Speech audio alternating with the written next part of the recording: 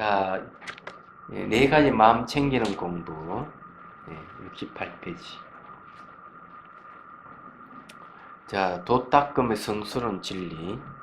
이때 고진멸도 4성계 중에서 멸성계까지 이제 얘기를 하고 이제 도성제에 대한 이야기입니다. 도 닦음의 성스러운 진리입니다. 68페이지 보십시오. 비구들의 그러면 무엇이 괴로움의 소멸로 인도하는 도 닦음의 성스러운 진리인가?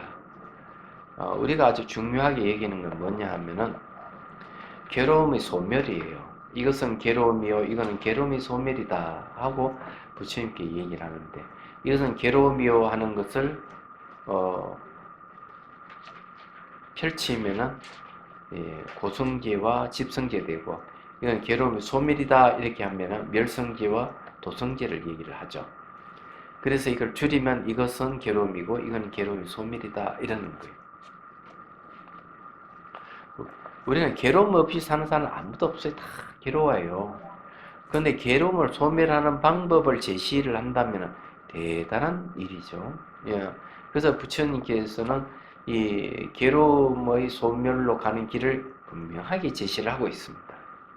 그래서 괴로움의 소멸을 인도하는 도 닦음의 성스러운 진리, 무엇이 괴로움의 소멸을 인도하는 도 닦음의 성스러운 진리인가? 그것은 바로 8가지 구성 요소를 가진 성스러운 도인이 도락하는 길이라는 길이니, 즉 바른 견해, 바른 사유, 바른 말, 바른 행위, 바른 생계, 바른 정진, 바른 마음 챙김, 바로 삼매이다. 바른 마음 챙김 이렇게 하면 마음을 안으로 챙긴다 이런 말이잖아요.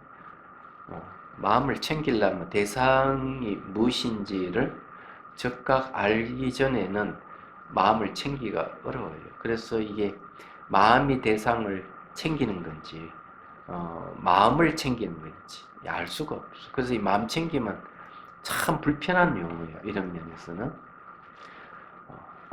그래서 이제 알아차림이라는 말이 훨씬 좋아요. 대상을 즉각 내가 알 때 대상이 들어갈 수 있고, 그 다음에 대상을 기억할 수가 있고, 그 다음에 대상을 인식이 되는 거죠. 강하게. 그게 이제 깊이 들어간다, 기억하기 잊어버리지 않는다, 강한 인식한다. 이 샷비라고 그러죠. 이건 청년 도론에 나오는 말이에요. 그렇다면 알아차림이 상당히 가까운 용어가 되겠습니다. 마음 챙김은 상당히 멀어요. 이런 면에서. 아니, 즉각 대상을 체크가 되지 않는 상태에서 자기 마음을 챙기는 게 되겠어? 말이 안 되는 거죠. 그래서 저는 이런 용어를 쓰는 게 불편하다. 마음이 대상을 챙기는 것인지 자기 마음을 챙기는지 불분명해요. 이게 두 가지 다 해당된다고 이 책에는 얘기를 하는데, 그렇다면 이 용어는 학자들이 쓰는 용어로서는 좋을는지 모르지만 실제 수행에 들어갔을 때는 헷갈릴 수가 있대. 그리고 이제 대상이 빠르게 변하는 대상을 만났을 때는 마음 챙김이란 말은 굉장히 속도감이 없어요. 불편해요. 그렇기 때문에 이제 내용으로 보면 틀리지는 않는데 실제 수행에 적용했을 때 불편하다는 얘기죠. 대신 이제 마음 챙김이라는 용어도 뭐 샷디를 완벽하게 충족시키는 번역어는 아니지만 그래도 마음 챙김보다 낫다 이렇게 얘기해요. 요즘은 또 다른 마음 챙김, 새김 이러는데, 마음 새김이라 하는 것은 뭘 얘기하는가? 기억한다는 얘기죠. 대상을 기억한다 이런 뜻이거든요. 새김이란 말이 오히려 더 가까울 수가 있어요. 새김. 자, 그 다음에 이제 바른 삼매. 총 이 8가지가 이 괴로움을 소멸시키는 방법이에요. 자, 여기에 이제 얘기하면은 이 바른 견해와 바른 사유는 지혜에 속하고요. 바른 말, 바른 행위, 바른 생계는 계율에 해당하는 겁니다. 계에 해당하는 겁니다. 또 이제 바른 마음 챙김, 그러니까 알아차림과 바른 삼매 이 두 가지는 이건 정해에 해당하는 겁니다.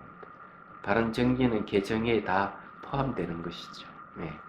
이렇게 보시죠. 그러니까 이걸 8정도로 줄이면 개정의 삼합을 얘기할 수 있다. 비구들이요. 그러면 무엇이 바른 견해인가? 비구들이요. 괴로움에 대한 지혜, 괴로움의 일어남에 대한 지혜, 괴로움의 소멸에 대한 지혜, 괴로움의 소멸을 인도하는 도닦음에 대한 지혜, 이를 일러 바른 견해라고 한다. 놀라운 일이죠. 바른 견해 내용이 사성제에 대한 바른 견해예요. 네. 그러면서도 또 이 바른 견해는 도성제에 들어가잖아요. 사성제 중에 도성제에 들어가는데 또한 바른 견해 안에 사성제가 다 들어가는 거죠. 이건 뭘 의미하느냐? 수행의 길, 수행 방법을 명확하게 아는 게 상당히 중요하다는 하는 게 첫 번째 이 안에 이제 그런 뜻이 수행 방법인데 네, 여기에서 얘기하는 거는 사성제를 얘기하기 때문에 수행의 길, 수행의 방법 네, 이걸 알아야 됩니다. 이게 이제 중요하죠. 정견은 지혜에 속한 근데 처음 출발은 이렇고 결국 이제 어디에서 끝나는 건 정견이 시작해가지고 정견에서 끝나요.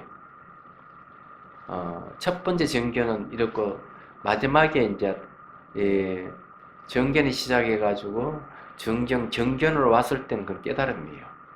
얘기하자면 어떤 분이 이제 깨달음의 지도 명상하기가 뭡니까? 하고 묻더라고요. 자기가 누구한테 들었다고. 이 깨달음의 지도 명상의 내용이 바로 수행의 길을, 수행의 방법을 제시하는 내용들이에요. 얘기하자면, 그게 이제 개정의 사마법으로 되어 있고, 네. 늘어뜨리면은 8정도 6바람밀이 되는 내용들이죠. 네. 똑같은 거예요. 그래서 이게 이제 자량도, 가행도, 견도, 수도, 구경도 이 5단계에 있는데 이런 수행은 이런 과정을 거쳐서 깨닫는다 하는 수행 길을 명확하게 안다는 것은 바로 지혜에 속하는 얘기예요. 아무도 그런 것을 얘기를 안 해주기 때문에 그런 깨달음 지도 명상하기를 등장시킨 거예요. 요거는 이제 좀 있으면 책이 오겠죠. 예. 명상차를 논하다. 명상차를 논하다 안에도 그게 나와 있어요. 깨달음이 지도 명상하기. 거기는 일각다실 명상으로 이름을 바꿔서 나와 있는데 거기에 나오는 것은 이제 이 전문가 용어는 아니에요. 가장 쉬운 쉽게 접근할 수 있는 방법을 제시해요. 전문가 용어는 좀 레벨이 달라요. 얘기하자면 그런데 처음 수행하시는 분들은 너무 어렵고 복잡하면은 수행하기 힘들거든. 자, 다음 봅시다. 21-3입니다. 비구들이여, 그러면 무엇이 바른 사유인가? 비구들이여, 출리에 대한 사유, 악의 없음에 대한 사유, 해코지 않음에 대한 사유, 이를 일러 바른 사유를 한다. 출리에 대한 사유라고 하는 것은 뭘 얘기하는가 하면 출리는 벗어날 출, 떠날 리. 우리 세속에 떠난다는 얘기. 그런 걸 많이 했죠. 네. 지구를 떠나라. 이런 말을 유행을 한번 탄 적이 있죠. 그죠? 비슷한 얘기. 왜 그러면 출리라는 말씀은 괴로우니까. 우리 살고 있는 세상이 괴로우니까 출리에 대한 사유를 이 벗어남에 대한 사유를 하는 거죠. 자, 악이 없음에 대한 사유라 하는 게 중요해요. 이 악의가 있으면 이 수행이 방해가 되는 거죠. 고통이 일어나기도 하고 해코지 하지 않는다 하는 이건 연민이 관계되는 건데, 예. 아기가 없으면 이제 사랑의 자, 해코지 않는다 하는 거는 연민의 비 이렇게 이제 볼 수도 있겠어요. 자, 이를 일러 사유록한다. 이 어떻게 보면 자비에 대한 얘기예요. 출리에 대한 사유는 이제 지혜에 대한 얘기라면은 이제 그렇게 이제 볼 수도 있겠어요. 이제 그런 사유가 필요하다. 사유의 특징은 어떤 게 사유의 특징이냐? 사유의 특징이 있어요. 사유는 이제 대상을 겨냥하는 특징이 있어요. 그리고 사유는 그 대상을 해체시키는 특성을 갖고 있어요. 겨냥한다 하는 거 아시죠? 집중하듯이 겨냥의 성격이 있고 해체의 특징이 있어요. 네, 예를 들어서 이제 얘기하면 실제 있었던 얘기인데 미국 북부에 눈이 자주 오니까 전선이 자주 끊어졌다 이게. 대책 회의를 해도 잘 해결이 안 되는 거예요. 그러다가 이제 회의 끝나고 난 뒤에 한 사람이 웃으면서 농담 삼아 이런 얘기했어. 아이고 고물 훈련시켜가지고 전봇대를 흔들면 눈이 떨어지지 않겠네. 재밌잖아요? 그래 한 사람이 또 거들었어. 그래 맞아. 그러려면 곰이 전봇대 흔들게 하려면은 전봇대 위에 꿀단지를 올려놔야 될 거야. 딱 그래. 또 한 사람이 또 이렇게 했어. 그렇지. 꿀단지 올려놓으려면은 전봇대 크기니까 헬리콥터를 동원해야 되지. 이랬어. 세 번째 사람이 그렇게 했대. 네 번째 사람이 무릎을 탁 친 거야. 해결책이 나온 거예요. 헬리콥터 한번 지나가면 된대. 맞는 얘기. 강원도에 호두 따는데 뭘 이용하는가 하면 헬리콥터를 이용한대. 인건비, 이 사람 이게 손을 일일이 딴다는 건 인건비 들지만은 사람 구하기 어려우니까 헬리콥터 한번 뜬다 한 300만 원 든다네. 떠가지고 한번 위로 싹 지나가면 이 호두가 다 떨어지는 거야. 후두두두. 그 바람 힘 때문에. 그래 사람들이 갑자기 농담하다가 해결책이 나온 거죠. 그는 이게 사유의 하는 형태예요. 얘기하자면 사유는 자주 하면 할수록 깊어질 수가 있다. 그는 사유는 이제 해체시키고 겨냥하고 해체시키고 본질의 눈을 볼 수 없고 만질 수 없는 대상을 드러내게 하는 거예요. 이 사유의 힘이에요. 추론이라는 말을 쓰는 이유가 거기는. 그 추리 소설을 보면 여기 나오잖아요. 추리 소설 내용이 보면은 예를 들어 범인을 잡는데 범인은 누군지 몰라. 그럼 단서를 보고 가지고 범인을 추론해가 잡아내는 거죠. 이게 사유의 힘이에요. 작년인가 저작년인가 신문이 크게 난 것 중에 하나가 자식을 유학 보낼 자금을 한 3천만 원을 그 장판 밑에다 딱 숨겨 놓은 거야. 그래서 그게 돈 난다면 거지. 흔적이 없어요. 누가 이 가져갔는지 알 수가 없는 거예요. 그런데 몇 시간 만에 잡아냈어요. 어떻게 잡아냈느냐 경찰관이. 그날 눈이 온 거야. 눈이 왔는데 도둑이 어디 타고 올라갔느냐? 지붕을 타고 문으로 들어가가지고 창문을 통해 들어가서 돈을 훔쳐가는 겁니다. 그래서 형사가 지붕에 있는 발자국을 보고 그걸 근거로 해서 추측해서 도둑을 잡았다. 그러니까 범인이 누군지 모르지만 흔적이 있으면 잡아낼 수 있는 힘이 어디 있는가? 사유의 힘이에요. 얘기하자면. 그래서 이게 이제 정사유, 정경과 정사유는 지혜에 속하는 거예요. 이게. 네, 이해가 되죠, 그죠? 자, 그 다음에, 비구들이요. 무엇이 바른, 요거 했네요. 비구들이요. 그러면 무엇이 바른 말인가? 비구들이 거짓말을 삼가하고, 중상모략을 삼가하고, 욕설을 삼가하고, 잡담을 삼가하는 것이 이것을 일러 바른 말이라고 한다. 이 거짓말이나 중상모략을 하면 안 되는 이유가 있어요. 이거는 수행에 방해를 줘요. 이게 습관이 되면은 자신 모르게 거짓말하고 사람들 모이면 그냥 중상모략을 습관적으로 하는 거예요. 앉으면 수행하려다 하다 보면 자꾸 그런 생각을 그쪽으로 가는 거예요. 이게 말이라 하는 게 그래 무서운 거예요. 이게 욕설을 자주 하게 되면은 앉아면 계속 욕설 생각이 일어나고 안 돼요. 그래서 이게 하지 말아야 된다. 잡담을 삼가하는 것도 마찬가지예요. 부처님께서 이제 외출을 하는데 강당에서 스님들이 막 잡담을 하고 있었어요. 그런데 외출하고 돌아올 때도 역시 수행을 하지 않고 잡담하고 있었던 거예요. 그럼 물어. 무슨 이야기를 했느냐고.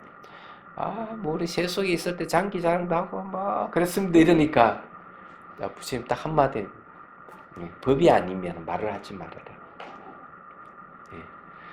그래서 나온 게 뭔가 성스러운 침묵이란 말이 있어. 법이 아닌 말은 하지 말아라. 출가자는 법에 대한 얘기만 하지. 정치, 경제라든 자기 장기 자랑했던 그런 하지 말아라. 출경기에 나오는 얘기. 그래서 이 잡담을 삼가라는 말도 그런 건데. 우리 말을 함부로 막 하면은 습관이 되는 거예요. 그래서 그 소큰 스님은 늘 이렇게 법사업, 법문할 때 바른 말을 해도 절대로 그런 뭐 욕설 같은 거라든지 음담 패설 이런 거 하면 안 된다. 라고 딱 얘기해요. 정말 어느 큰 스님이 법상에 올라가서 말 한마디 실수해가지고 완전히 매장된 사례도 있어. 그것도 저기서 조개 샀어. 그 말을 함부로 하면 안 되는 거예요. 습관이라 너무 무서운 거예요. 근데 이제 언어에 대해서 얘기하면 이건 전부 다 이 도덕성이 계율이 관계되는 건데 자기가 말한 것은 자기 귀로 든다는 걸 빨리 알아야 돼. 법문을 하게 되면은 상대도 듣지만 자기의 말한 법문은 자기 귀로 듣게 돼 있어요. 이게 아주 중요해요. 그래서 이제 이 법에 대해서 익히려고 그러면 남에게 법을 자꾸 얘기해 줘야 돼.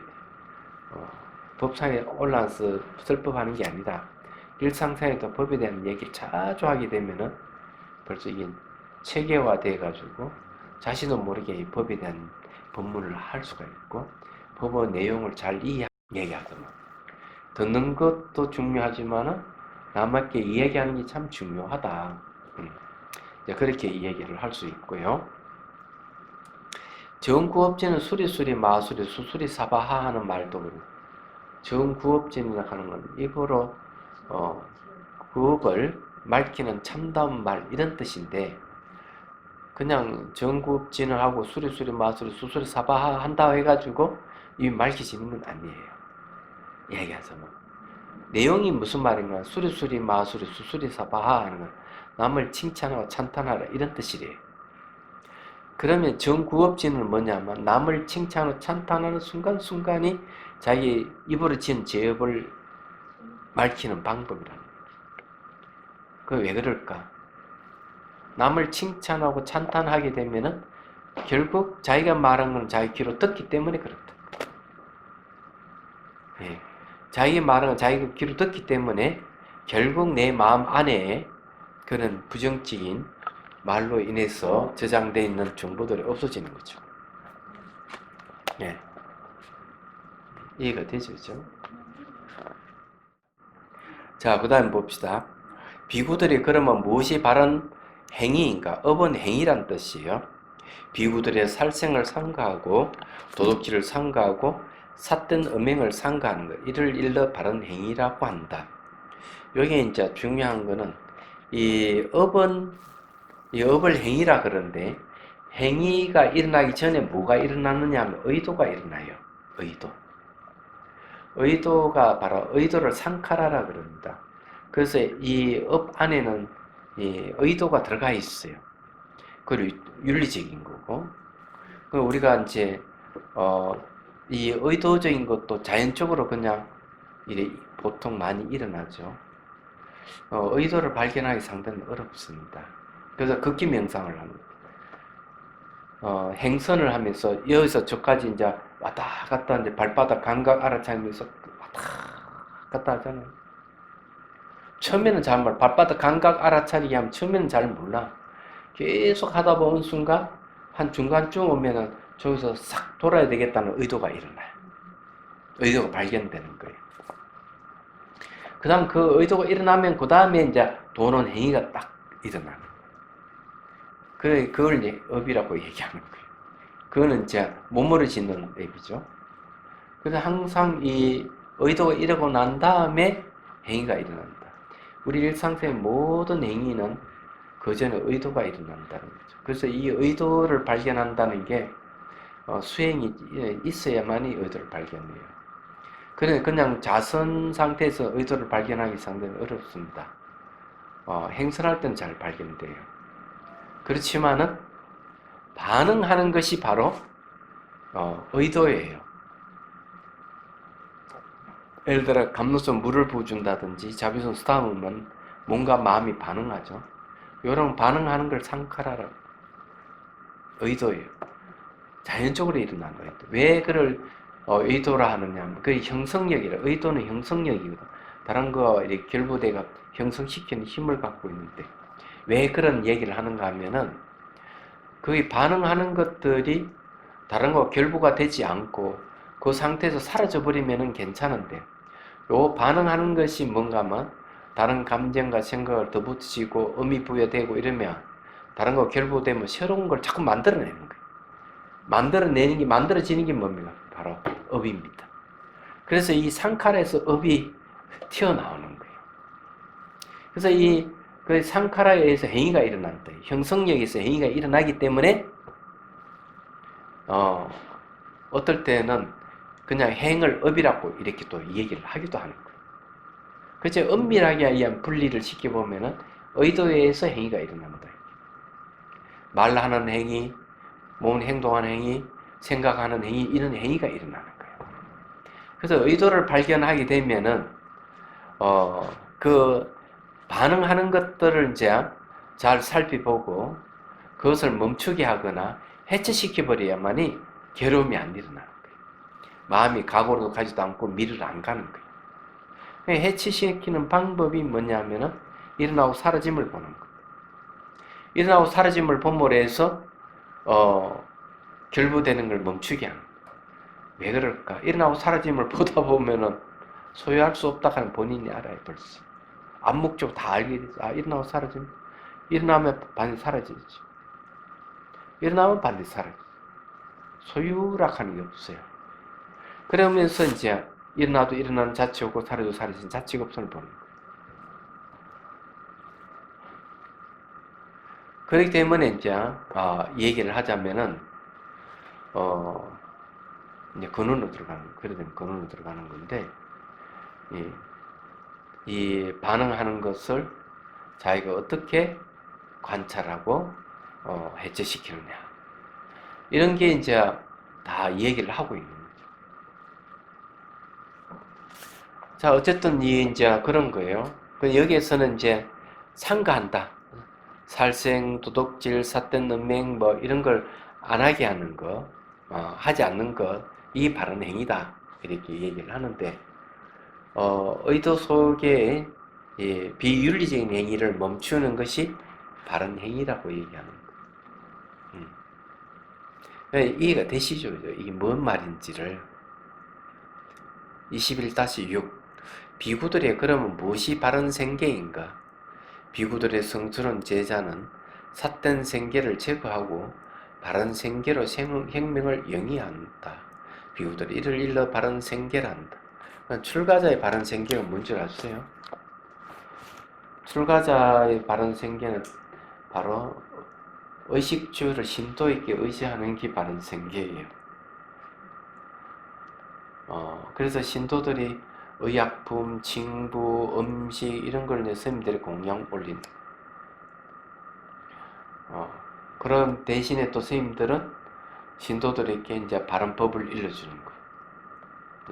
이렇게 돼 있는데 바른 생계가 아닌 경우가 뭐가 있을까? 많아요. 바른 생계가 올바르지 않는 생계는 신도에게 요구하는 것. 뭐 이런 거 필요하니까 주십시오. 용돈을 필요하니까 주십시오. 이건 바른 생계가 아니에요. 주지 않는 걸 달라고 하면 안 돼요. 그리고 경제행위를 하는 것도 안 돼요. 출가자가 경제행위를 내가 돈벌이를 한다 이러면 안 되는 거예요. 제가 그 대전의 그 보현불교대학에서 강의를 마치고 나올 때 한 분이 저한테 묻더라고. 아는 스님이 딱 해제만 되면 전화와 용돈 달라 그러는데 어찌하면 됩니까? 용돈만 아니라 고기도 사달라. 술도 한 잔 마시게 돼. 속인이죠, 그러면. 네. 그런 거는 좀 올바르지 않대. 내가 그래서 동지 썼다를 무자를 잘라버렸어요. 그랬어. 출가자는 주지 않는 걸 달라고 할 수 없다고 얘기했어요. 그건 계율에 그랬다 돼 있는데 뭐 자꾸 달라고.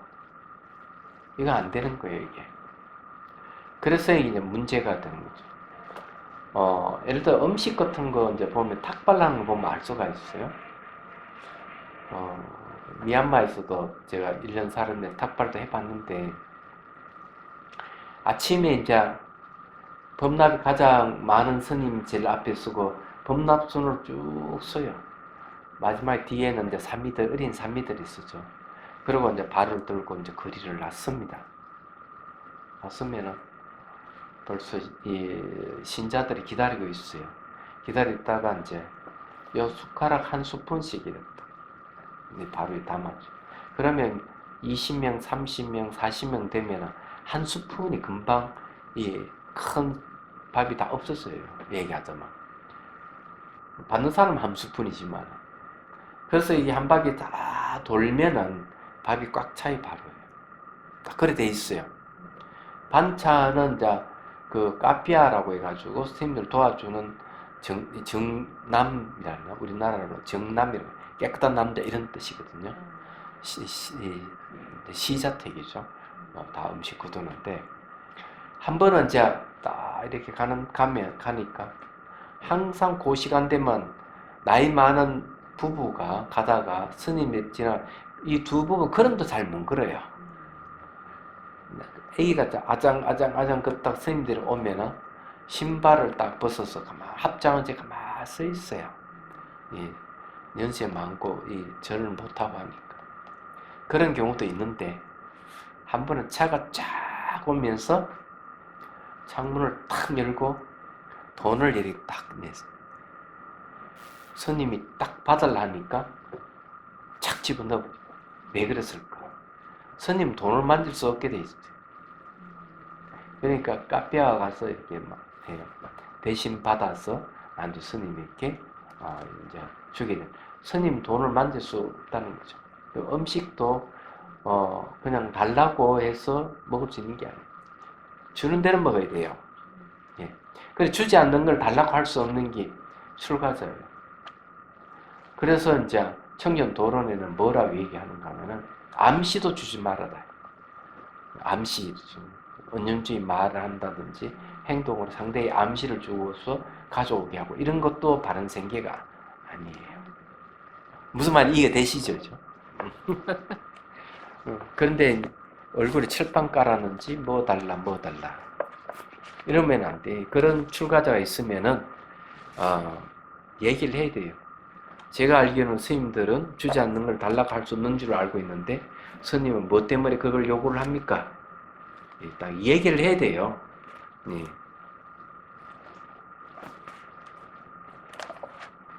이해가 되시죠, 그죠? 자, 그럼 제가자의 이 삿된 생계는 뭔 줄 아세요? 생명을 죽이는 일. 이거 바른 생계가 아니에요. 그래서 제가 한 번은 그 대전사 위에 중앙암이나 암자에 이제 기도하고 있었을 텐데 두 분이 찾아와가지고 불교를 알고 싶다 상담을 해준 적이 있어요. 벌써 뭐 30년 전 얘기인데 한 번은 진짜 머리가 좋아요. 말하면 바로 팍팍팍 알아듣는 셰프한 사람이. 그렇지만은 그 뭔가 네 기운이 뭐가 좀 삿대다 그럴까? 그런 게 있었던 거예요. 그래서 하도 이상해서 혹시 직업이 무엇이냐고 물어봤어. 그러니 그 약수터에 닭 잡아 파는 사람이 약수터에 늘 닭을 다롱치기라고 닭을 해가지고 그 저기 뭐고 약수로 해가지고 판매하는 사람. 닭장. 그래서 내가 당신은 불교를 좋아하고 믿는 마음을 가지려면 우선 그 직업부터 바꾸셔야 돼. 생명을 죽이는 것 자체가 비윤리적인 거예요. 살생한다 하는 거는 결국 당신에게 해가 되지 이익은 없습니다. 네, 이 얘기를 해줬죠. 그런 경우. 또 하나는 이제 홍콩에서 있었던 일인데 제 얘기 아니고 어느 큰 스님을 찾아가지고 제가 그걸 절을 드리겠습니다. 그 스님이 답답을 안 했어요. 왜 대답을 안 하느냐? 노 이렇게 얘기하지 않는 것은 성덕한다는 뜻입니다. 경제는 늘 그래 나오거든요. 뭘 하면 제가 그 보시하겠습니다 이러면 아무 소리 안 하면 성덕한다는 얘기. 그래서 이분이 섬을 매입해가 섬에다가 어마무시한 절을 지들었어요. 그 노스님 아주 유명한 신스님인가 봐. 그래서 가서 인사를 절을 다 지었으면 가시지요 이러니까 그 뜻없이 물어보면 혹시 당신 직업이 뭡니까? 묻더라.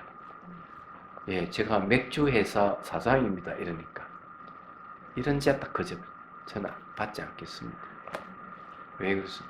술이라 하는 것은 사람을 이렇게 미혹하게 하는 거예요. 지혜를 생기지 못하게 하는 건데 어떻게 그 절을 내가 받을 수 있겠습니까? 그런 사례가 있어요. 생각해 보면은 이해가 될 거예요. 얘기하지만 이 생계락 하는 거는 바른 생계가 참 중요해요.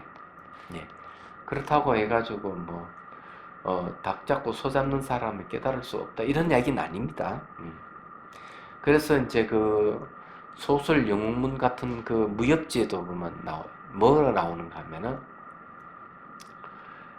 닭 잡던 소 잡던 칼을 내려놓기만 해도 바로 극락이다. 이런 깨달음을 얻을 수가 있다. 이런 말도 하죠. 거기서 능경에 이제 그 얘기 나옵니다. 광액도화라는 그 소 잡는 사람 깨닫는 이야기 나옵니다. 소를 잡던 사람도 고개만 돌리면 깨닫는다는 얘기죠. 예, 그런 건 있어요. 그렇지만 이제 수행자가 이제 비구들이 이렇게 하는 얘기죠. 얘기는 자 21-7번 비구들이 그러면 무엇이 바른 정진인가? 비구들이요. 여기 비구는 아직 일어나지 않는 사악한 해로운 법들이 일어나지 못하게 하기 위해서 의욕을 생기게 하고 정진하고 힘을 내고 마음을 다잡고 애를 씁니다. 여기 사하고 해로운 법들이 일어나지 못하게 하기 위해서 하는 말 아주 좋아요. 그러면 바른 정진은 뭔가 선을 정장시키고 악은 생기지 않게 하는 게 이제 정진이다라는 걸 얘기합니다. 이미 일어난 사악하고 해로운 법들을 제거하기 위하여 의욕을 생기게 하고 정진하고 힘을 내고 마음을 다잡아 선다. 자, 첫 번째는 일어나지 않는 사고의 해로운 법을 일어나지 못하게 하는 것. 두 번째, 이미 일어난 해로운 법들을 제거하기 위해 의욕을 생기게 하고 정진하는 것. 이 두 번째예요. 자, 세 번째는 아직 일어나지 않는 유익한 법들을 일어나도록 하기 위해서 의욕을 생기게 하고 정진하고 힘을 내고 마음을 다잡고 애를 쓴다. 이건 세 번째요. 네 번째는 이미 일어난 유익한 법들을 지속시키고 사라지지 않게 하고 정장시키고 충만하게 하고 개발하기 위해서 의욕을 생기게 하고 정진하고 힘을 내고 마음을 다잡고 애를 쓴다. 비유대로 이를 일러 바른 정진이라 한다. 이걸 줄이면 이렇게 딱 돼요. 일어나지 않는 악은 다시는 일어나지 않게 하는 것. 이미 일어난 악은 제거하는 것. 일어나지 않는 선을 일어나게 하고 일어난 선은 착함은 더 정장시키는 것. 이것이 정진의 내용이다. 이런 얘기예요. 그럼 여기서 선은 뭘까? 수행하는 게 선이 착함이에요. 얘기하자면. 네. 그래 앞에 나오는 거, 이 바른 업, 바른 말하는 것, 바른 사유, 바른 견해가 다 선에 속하는 것.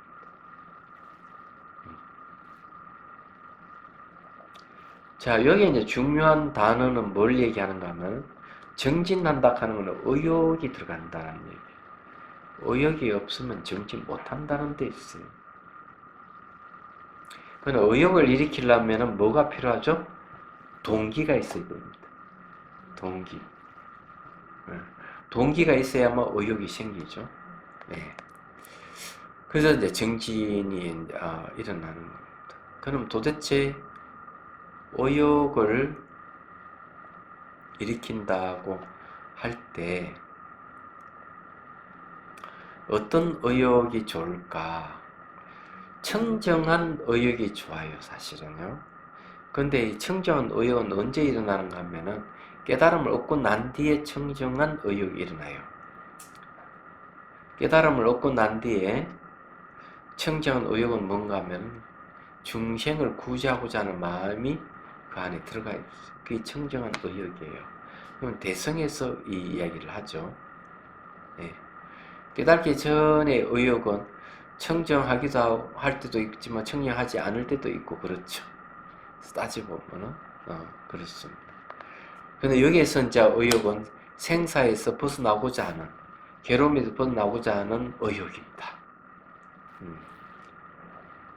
그게 이제 동기이기도 하고.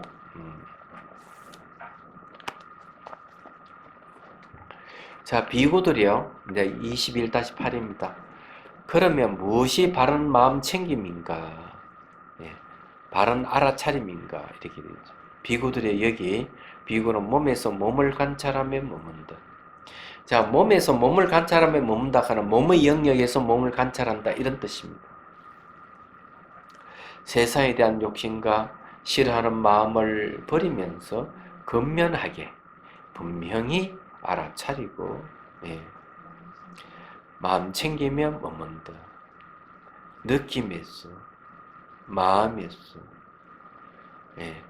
그냥 몸에서 그냥 몸, 느낌, 마음, 법 이러잖아요. 그래서 몸에서 그렇다면 느낌에서도 마음에서도 법에서 법을 관찰하며 머문다.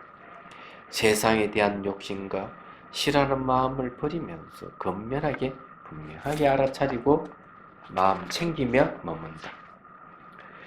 비구들이여 이를 일러 바른 마음 챙김이라 합니다. 현재 마음 챙김이라는 걸 마음을 바꾸면은 왜 알아차리고 하는 말이지. 분명히 알아차리고 마음 챙기며 요 같이 쓰면 맞아요. 대상을 알아차리는 순간 자기 마음을 챙기게 되니까. 자, 여기 중요한 단어는 뭘까? 머문다는 말이죠. 머문다. 이 머문다라 하는 말이 이제 샤티파탄나라는 말이 있습니다. 예. 샤티파탄나는 대상이 머문다는 뜻이에요. 예. 그래서 이게 이제 수행은 뭘로 하느냐? 머무는 게 수행이에요. 그 말은 뒤집어서 얘기해보면 그만큼 대상이 빨리 변한다는, 바뀌기 때문에 머무르기 어렵다는 뜻이고 내포하고 있는. 그래서 자꾸 알아차림하면서 그 대상에 머물도록 노력을 하는 게 상당히 중요한 겁니다. 자, 그 다음에 21-9입니다.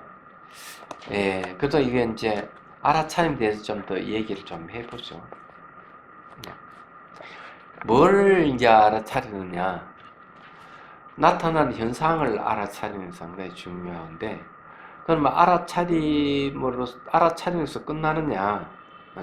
이 알아차린 내용이 있는 거예요. 그래서 이제 첫 번째는 이제 나타나는 현상을 즉각 아는 훈련을 하는 것. A가 나타나면 A를 알아차리고, B가 나타나면 B를 알아차리고, 그냥 알아차리는, 이런 건 그냥 직관이에요. 비판다, 비분별이죠. 그렇게. 근데 이게 자꾸 익숙해지면은 이제 알아차림만 있는 경계가 오는 거예요. 그러다 보면 뭘 알게 되는 가, 어느 순간 이 대상이 일어났다 사라졌다 하는 게 보이기 시작하는 거예요. 일어났다 사라졌다 보이면 이제 아노파시라 해가지고 관찰이 생겨, 관하는 마음이 생긴 거예요. 마음이, 눈이 생겼다. 마음이, 눈이 생길 때 비로소 일어나고 사라짐을 관찰이 가능한데, 여기에서 이제 판단이 일어나요. 판단. 어떤 판단이 일어나느냐. 이게 정신현상과 물질현상이 다르다 하는 판단.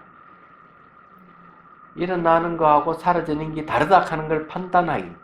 그건 머리로 판단하는 게 아니라는 거지. 머리로 판단하는 게, 내가 알아차는 직관에 의해서 적각게 판단이 될 때 그걸 지혜라고 하는 거지. 네. 사람들은 보면은 우유부단한 사람들이 있어요. 판단을 못 내려서 그런 거예요. 이렇게 하면 될까? 저렇게 하면 될까? 판단하기 참 어려운 게 있어요. 근데 이제 보면은 되게 그 결단력이 있는 사람들은, 이 결단력이 있는, 다 지혜가 있는 사람, 정말 딱 판단 딱 하고 바로 즉각적으로 딱 실행합니다. 이런 사람들이 지혜가 있는 거예요. 예? 예. 그런 사람들 중에서 얼마 전에 돌아가신 분 한 분 계시죠. 이건희 같은 사람이죠. 자기가 딱 판단해가지고, 이거 바꿔. 집에 자기 부인과 자식 빼고 다 바꿔라! 이렇게 하는 이유가 그런 얘기. 결단력이. 야, 그렇지 않으면 우리 못 살아. 세상이 뒤처지기 때문에 안 돼. 그 다음에 이제 이 반도체를 살가갔다. 앞으로 식량 같은 것이다. 거기서 올인하는 거는 어떻게 가능했는가 하는 거는 정확한 판단에서 딱 결정되는. 그래서 지혜를 뭐라고 하는가 하면, 지혜는 결정하는 힘이다. 이렇게. 무슨 일을 할 때 결정. 이래 저기 아니, 이래 해야 되면 딱 결정이 딱 하는 거예요. 자, 그런 게 이제 있어요. 그래서 이제, 일어나고 사라짐을 구분할 수 있는 것. 그 다음, 과거는 지나가서 없고 미래는 오지 않은 현재도 머물지 않는다고 딱 정확하게 판단하는 것. 이런 게 전부 다 지혜예요. 얘기하자면. 그래서 이제, 일어나고 사라짐을 이제 분명하게 안다. 분명하게 아는 건 이제 파자나티라고 그러죠. 분명히 아는데 한 발 더 나아가서 과거는 지나갈 수 없고 미래는 오지 않은 현재 머물지 않는다는 것도 더 분명하게 알고, 그게 무상인 줄 알고, 그게 만족스럽지 않다는 걸 알고, 그것이 내 뜻도 될 수 없는 무활악한 알면은 파자나티가 되는 거예요.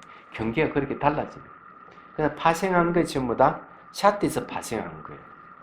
놀라운 것은 삼파자나티 이르게 되면 삼파자나티 이것이 바른 알미죠. 바른 알미 샤티를 잘 이끌어준다는 거죠. 잘못 샤티 하면은 그래 가면 안 돼 하고 딱 바르게 이제 지시해줘요. 왜냐하면 샤티는 옳고 그름을 몰라요. 삼파전하띠라고 하는 지혜는 바른 알미 뭔가 하면은 옳고 그름을 분명히 아는 힘이거든요. 이야기하자면. 그래서 알아차림에도 이런 단계가 있다. 근데 이런 모든 단계는 전부 다 관찰 속에서, 안노파시라고 하는 관찰 속에서 다 이루어진다. 그 안에 샷디도 이루어지고, 찰러 산매도 일어나고, 또 그 안에 이제 분명함, 바른 알미 다 그 속에서 전부 다 관찰 속에서 다 이루어진다는 것도 여러분 알아야 돼요. 이건 이제 제가 이야기한 건 앞에 다 한 이야기인데 한 번 더 이제 얘기를 했습니다.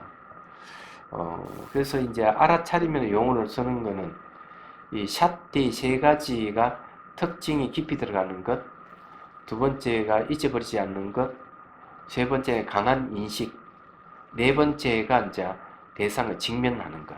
이게 샷디거든요.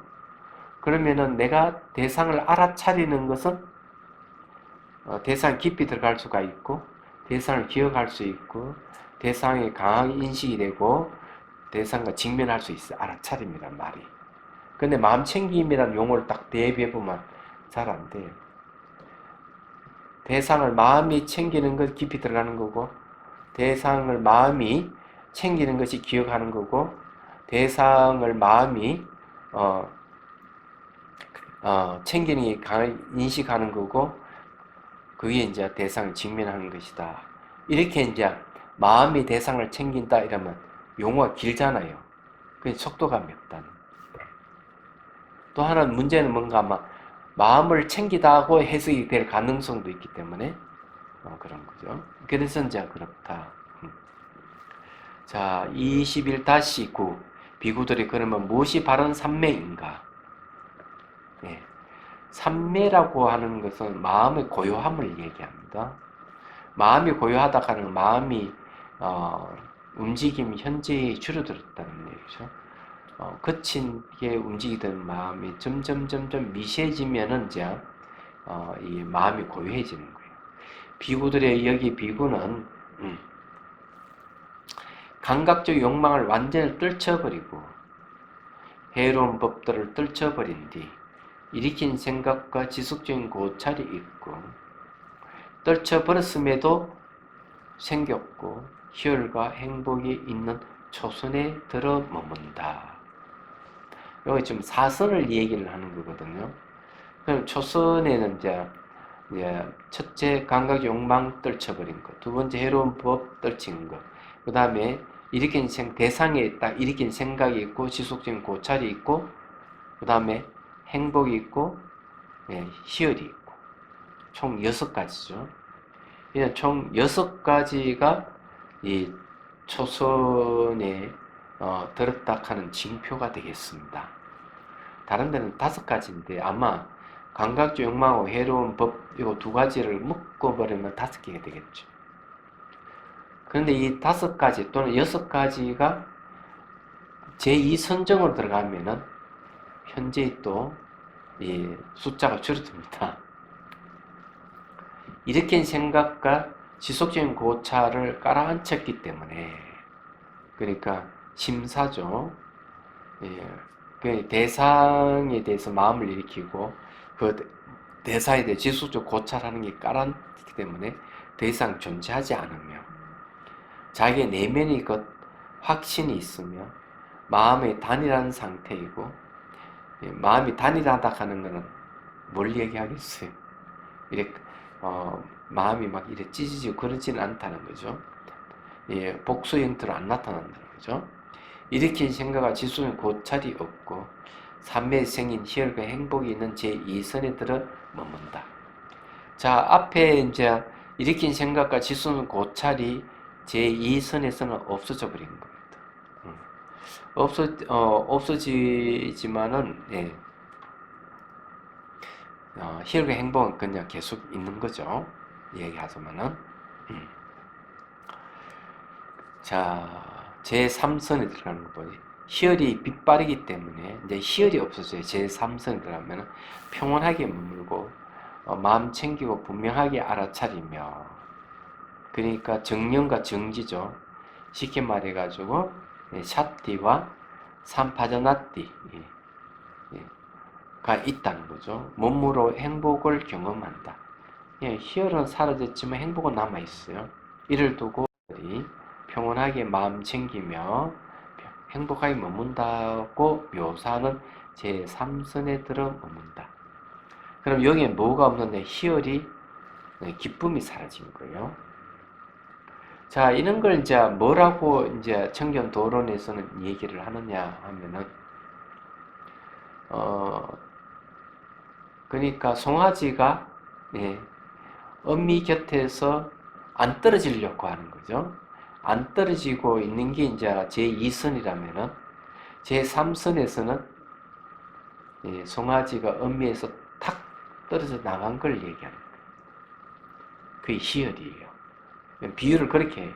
희열이 떨어져 나가버립니다. 자, 제4선은요, 행복도 버리고 괴로움도 버리고 불고불락이죠. 아울러 그 이전에 이미 기쁨과 슬픔을 없앴으므로 괴롭지도 즐겁지도 않으며 평온으로 인해 마음 챙김이 청정한 제4선에 들어 머문다. 비우들이요 이를 일러 바른 삼매라 한다. 자, 제4선에 이제 들어가면은 행복도 버려지는 거예요. 불고불락이에요. 계고로 무너짐에서 오는 고통이 오면 다 없어져요. 자, 여기에 이제 재밌는 건 뭘 얘기를 하느냐. 이렇게 돼 있지만 이걸 간략하게 줄여서 얘기하면 이렇게 돼요. 초선에서는 후각과 미각이 사라집니다. 후각과 미각이 없다면 어때요? 끓이고 잘라 먹는 게 없다는 거죠. 이런 사람은 죽어서 천상이 태어나서 끓이고 잘라서 먹는 없는 세계, 천상 세계 가죠. 그럼 세계 제2선에는 뭐가 사라질까? 후각과 미각이 초선에 사라졌으면 2선에서는 시각이 사라지. 시각이 사라진다는 어떻게 알 수 있을까? 여기에 대상을 대해서 마음을 일으키는 것과 지속적인 고찰이 없다는 게 제2선에서 그 얘기하고 있어요. 없어요. 없다 하는 것은 시각적으로 보는 게 없다는 얘기예요. 두 번째는 이제 청각이 없어져. 소리 듣는 게 없어요. 마지막에 사라지는 게 이제 촉각이 사라져요. 여기서. 그래서 2선이 들어가는 겁니다.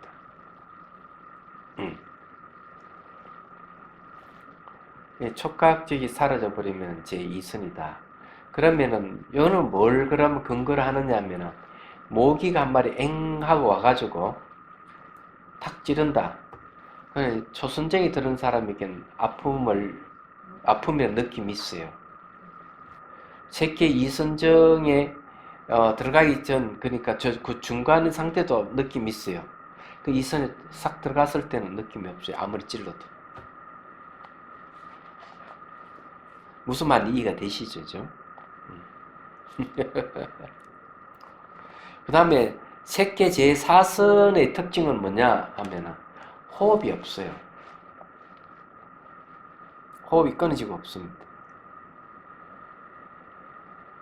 우리는 대개 이제 호흡이 생명이라고 막 얘기하는데 색계 제4선부터는 호흡이 없기 때문에 생명이라 하기는 좀 곤란하죠. 호흡은 생명이 아니에요. 민더 왕문경이도 그 얘기를 하고 있죠. 이 부분은. 그런데 이 사유락 하는 게 이제 대성에서는 선정을 의지해서 사유한다고 하죠. 그런데 색계 초선에 들어서 사유 못합니다. 안 돼요. 그러면 대성에서는 지관상수하는 그 사유는 어디서 이루어지느냐 하는 문제가 있어요. 욕계 선정도 아니면서 색계 초선도 아닌 그 중간에 선정이 있다고 하는 거지. 그게 뭔가 하면은 색계심 선정이에요. 색계심 선정인데 초선은 아니에요. 역계심 선정도 아니고. 그 선정을 의지해가지고, 그 선정을 얻을 때는 이제 사마타가 이루어지는 거예요. 바른 사마타라 그래요. 그 선정, 바른 사마타의 선정에 의지해가지고, 몸과 마음을 분석하고 이 세계 우주를, 일체 모든 걸 분석하는 사유가 들어가요. 근데 여기에 전제 조건이 뭐냐면 선정을 의지했어. 욕계심 선정을 의지하면은 그 사유가 어떻게 되겠어요? 오용락하고 연관이 돼가지고 그 사유 내용이 왜곡될 수가 있는 거야. 그래서 오욕이 없는 색계심 청정의 삼매에 의지해가지고 일체법을 분석을 하는 거예요. 그럴 때 이제 사마타 위파사는 상수한다 그래요. 색계심 선정은 사마타고 사유하는 것은 위파사나니까. 그렇게 하긴 하는데 뭘 얘기하느냐?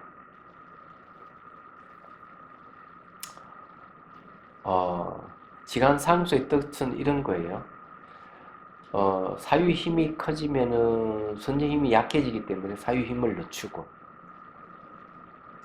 선정 힘이 좋아지면 사유 힘이 약해지니까 선정 힘을 늦추고, 이렇게 해서 완급 조절을 자주하면서 사마타 위파사 상수에 갑니다. 그 끝에는 뭐가 일어나느냐 하면은 위파사나 삼매가 일어나요. 삼매가 일어나기 전에 위파사나의 경안이 일어나죠. 몸과 마음 경안이 일어나면서 삼매가 일어나면은 사마타 삼매와 위파사삼매 하나가 합쳐지면서 공삼매를 이루고 그 속에 분별이 없는 지혜가 생기면서 깨달음이 생깁니다. 자, 그건 그렇고 색계심 이 선정, 중간 선정을 얻게 되면 자기가 언제든지 색계, 초선, 이선, 삼선, 사선, 무색계, 초선, 이선, 무색계 첫 번째 정, 두 번째, 세 번째, 네 번째 정을 얻을 수도 있고 안 얻을 수도 있고 자기가 마음대로 할 수가 있다. 자유자재한다. 이렇게 얘기하고 있어요. 자, 어쨌든 변이에 따라서 얻을 수 있고 안 얻을 수도 있고 깨달으면 굳이 이 사선정을 얻어야만 되는 건 아니다. 이렇게 얘기를 합니다. 자, 21-10번 봅니다. 이제 이쪽으로 갑니다. 이와 같이 안으로 법에서 법을 관찰하면 머문다. 법의 영역에서 법을 관찰한다는 거죠. 법은 상호 의존되는 것. 인과의 모습을 가지고 있는 건 다 법이에요. 혹은 밖으로 법에서 법을 관찰하면 머문다. 혹은 안팎으로 법에서 법을 관찰하면 머문다. 자, 이거는 자기 안에서 법에서 법을 관찰해서 머물기 때문에 그걸 근거로 해서 밖으로 해서 법에서 법을 관찰해 머물 수 있고 안팎으로 같이 머물 수 있고 그러는 거예요. 혹은 법에서 일어나는 현상을 관찰하며 머문다. 혹은 법에서 사라지는 현상을 관찰하며 머문다. 이 법들이 왜 일어나고 사라지느냐 하면은 이 법은 상호 의존성을 갖고 있기 때문에 일어나고 시간적으로 변하는 겁니다.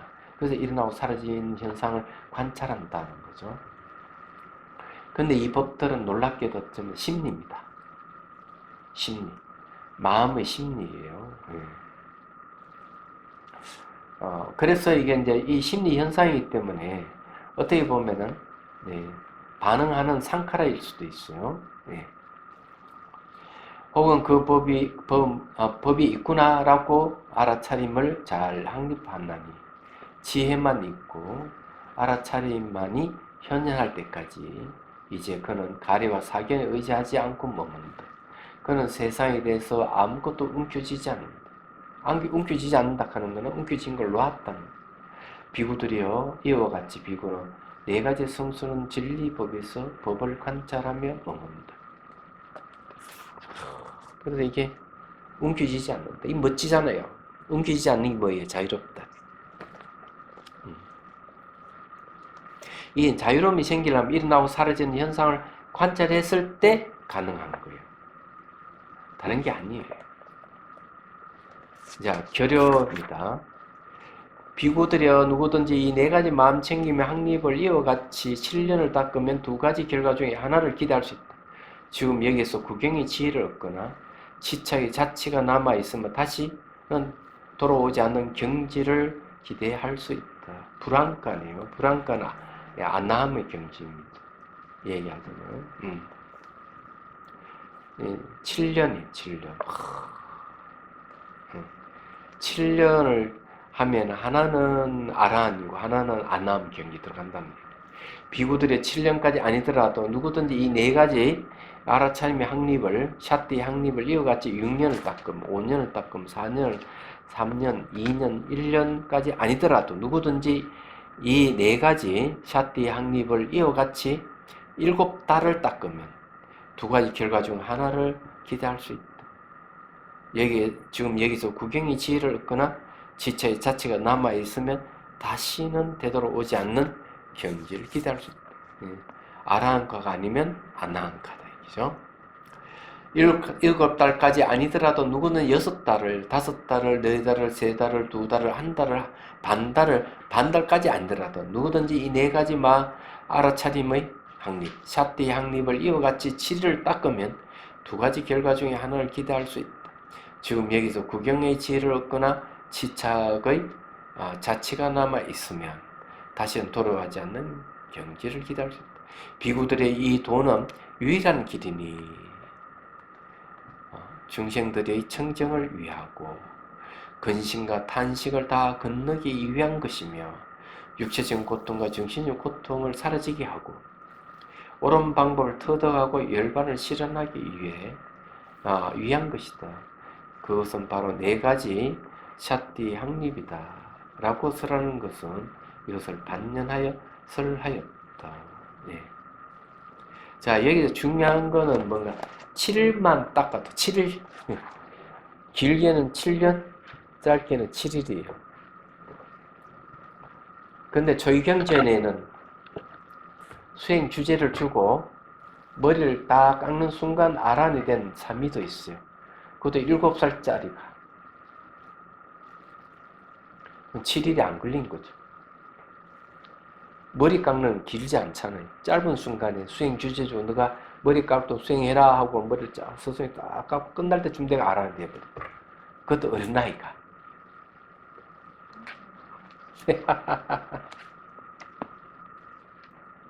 그래서 이게 이제 비탄과 근심과 비탄에서 벗어날 수 있는 것, 육체적 정신적 고통을 사라지게 하는 것, 이게 염처경이에요. 제가 이제 지도하고 있는 자비수관도 신수심법 벗어나지 않아요. 거기서 명상도 신수심법 안 벗어나요. 차 명상도 신수심법이 안 벗어나요. 그러니까 4년째 벗어날 하나도 없어요.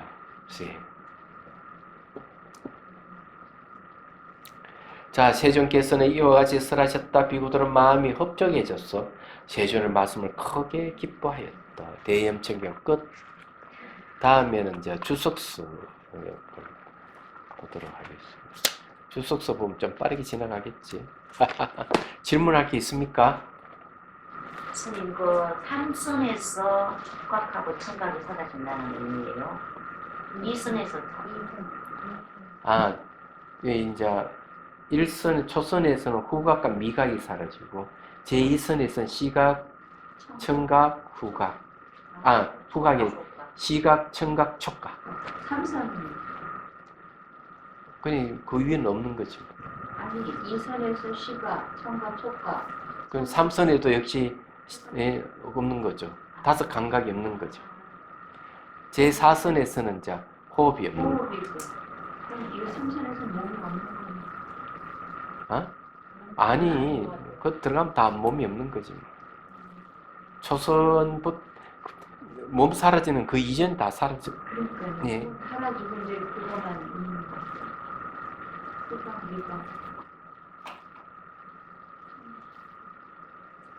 그 선정은 지혜가 아니기 때문에 지혜를 얻을 수 있는 바탕이에요. 그리고 이제 색계 초선, 2선, 3선, 4선 하면 선자가 붙는 거 왜 그럴까 하면 대개 이제 무색계의 그 선정을 얻지 않고 색계 제4선에서 아란이 대부분 다 돼요. 그 전에. 초선, 2선, 3선 내수도 그런 게 일어나지 않을까 이렇게 그래서 선이란 말을 쓰는 것 같아요. 근데 굳이 그걸 얻어야만이 뭐 깨달음을 얻는다는 건 아니에요.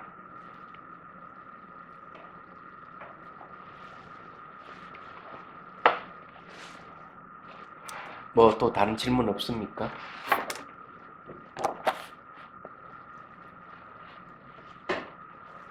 해양기 하지 뭐.